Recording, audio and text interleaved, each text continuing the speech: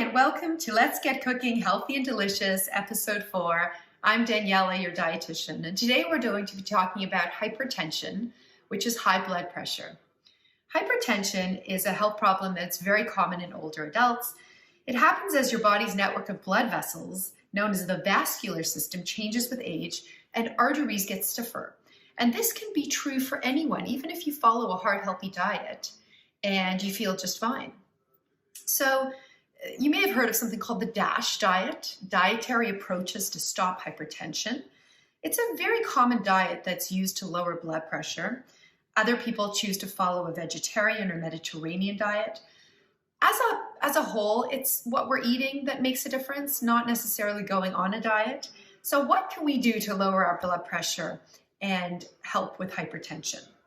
First of all, we can read nutrition labels on prepared foods, especially ones that contain a lot of sodium. We can limit those. We can limit alcohol. We know that the cap is 2 drinks a day for men, 1 drink a day for women. What is a drink? A drink is 5 ounces of wine, 1.5 ounces of vodka or gin or whiskey, or a bottle of beer. We can get active if we're not already, as tolerated. Remember to always check with your physician or healthcare practitioner if starting something new. There are many things that can change the way that we taste our food as we get older. And so many people tend to add more salt to make it tastier. We'll talk about other ways to add flavor without the sodium. Aging causes a change in taste profile. Smoking can have an effect as well. And certain prescription medications can do it too. We all need some sodium. Most of us eat about 3,400 milligrams a day, and that's more than double what we need. Adults need about 1,500 milligrams of sodium a day. So what can we do? Well, at the grocery store, we can look at nutrition labels. We can aim for products that are unsalted, lower in sodium. We can look for words like sodium-free, low sodium, reduced sodium, no added salt. Compare food labels. If you pick up 2 cereal boxes and one has more sodium than the other, choose the one that has less sodium.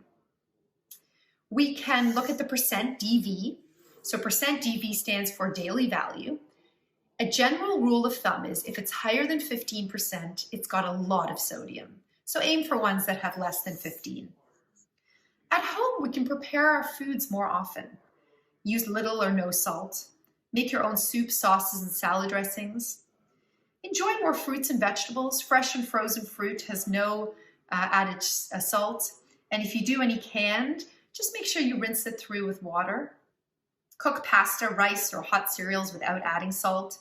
Rinse all your canned vegetables, canned beans and peas to wash away the sodium. And use less salt when a recipe calls for salt for baking.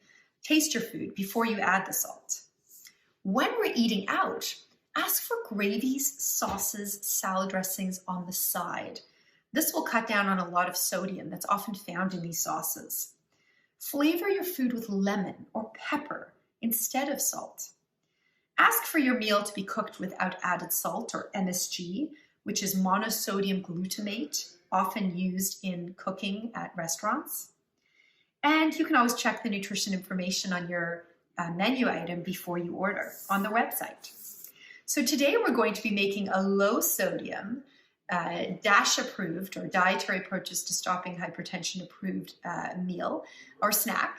It's a simple yogurt parfait that includes low-fat dairy, which has been shown to be beneficial for hypertension, a low sodium, low sugar granola, and of course fresh fruit.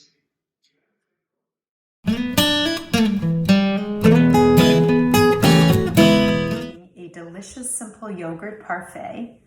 I'm going to walk you through my parfait, and then you can make your own. For 1 serving, I'm going to be using plain yogurt or vanilla yogurt. So plain or vanilla works just fine. The difference between plain yogurt and vanilla yogurt is plain has less sugar than vanilla. So if you're someone who's watching your sugar intake and you've been told to watch that, go for plain. And if you can have a little bit here and there, vanilla would be fine as well. So I'm going to take about 3/4 of a cup of yogurt. The recipe calls for 3/4 of a cup. See how much your mason jar holds. Half a cup would do as well for this recipe, depending on what your appetite is like. Greek yogurt has more protein than plain yogurt, but either would do just fine for this recipe. So I'm using my small little mason jar. You can put it in a glass container as well. And I'm gonna put my yogurt in there. You can use any fruit for this recipe. So you can use frozen berries, you can use frozen mango, frozen pineapple, frozen strawberries. I love frozen fruit. It's wonderful to have as backup. Today I'm actually gonna use a fresh piece of fruit. I'm going to use a nectarine. It's great to have a variety of fruits and vegetables, so you can just see what you have available and what you feel like that day. And I'm going to layer my chopped up peach. You can use nectarine. I'm going to put that as a layer on top of my yogurt. And the last thing that goes on top of my beautiful parfait is either a muesli. Muesli can be bought at the grocery store in the cereal section. There are many companies that make muesli. It's a wonderful cereal mix that's low in sugar. It consists of sunflower seeds, oats. It's a wonderful source of fiber. You can also just use a granola. Try and look for a granola that has less sugar. So lots of brands at the grocery store as well. Have a look through and see what you like and what's affordable. Usually granolas are on sale. They come in bags, boxes, again in the cereal section at the grocery store. So I'm going to sprinkle about 1/4 of a cup. You can measure it or you can just sprinkle it on top. And I'm going to finish it off, my yogurt parfait, with a drizzle of honey and a little bit of cinnamon for some added spice. And I've got my beautiful yogurt parfait that we're ready to eat for breakfast.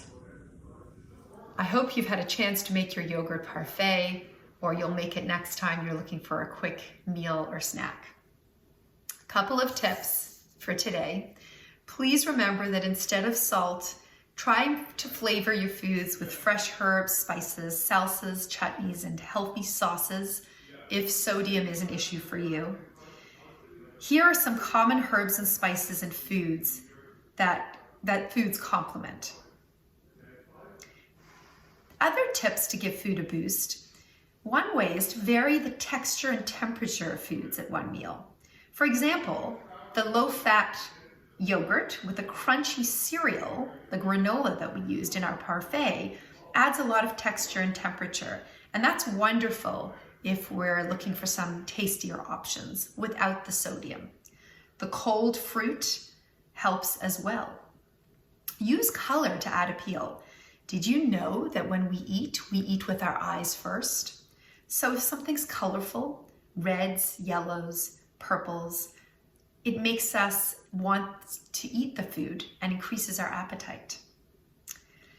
Add things like red paprika to white potatoes. Create a multicolored fruit with green grapes and red grapes. Buy honeydew melon and cantaloupe so that you have orange and green. Increase the flavor with natural seasonings. And for an added bonus, you'll get extra health protective phytochemicals from the natural herbs and spices that you add to flavor your food. Let your taste buds enjoy food by adding less sodium and more flavor.